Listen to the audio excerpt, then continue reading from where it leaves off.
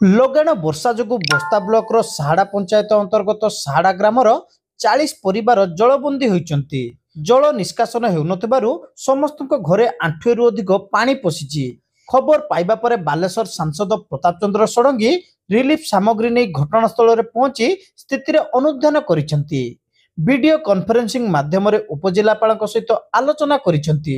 Drain ସଂସ୍କାର କରି ତୁରନ୍ତ ଜଳ ନିଷ୍କାସନ କରିବା ପାଇଁ ପିଡବ୍ଲ୍ୟୁଡି ଜେଇଙ୍କୁ ଓ RWSS को शुद्ध पानीय जलर जोगाण एवं आगामी 7 दिन पर्यंत समस्त प्रभावित परिवार को 3 ओली रंधा खाद्य व्यवस्था समेत आनुषंगिक उपकरण जगाइबा सांसद श्रीजुक्त षडंगी निर्देश देइछंती।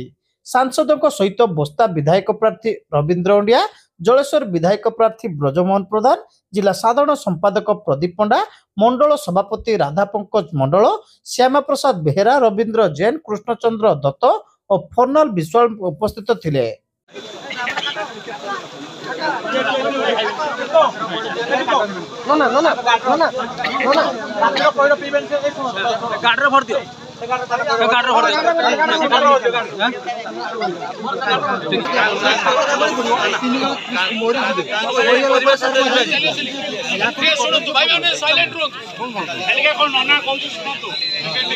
भारत माता की